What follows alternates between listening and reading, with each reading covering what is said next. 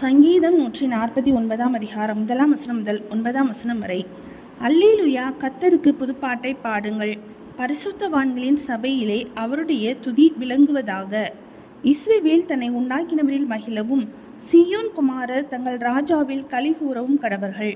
அவருடைய நாமத்தை நடனத்தோடு துதித்து தம்பூரினாலும் கிண்ணறத்தினாலும் அவரை கீர்த்தனம் பண்ண கடவர்கள்.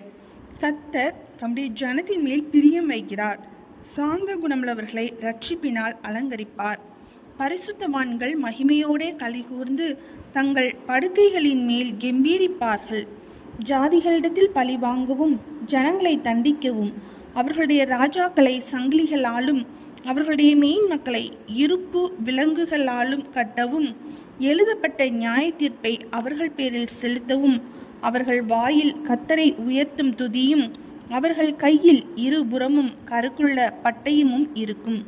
இந்த கணம் அவருடைய பரிசுத்தவான்கள் யாவருக்கும் உண்டாகும். அல்லேலுயா. சங்கீதம் 149 அதிகாரம் முடிந்தது.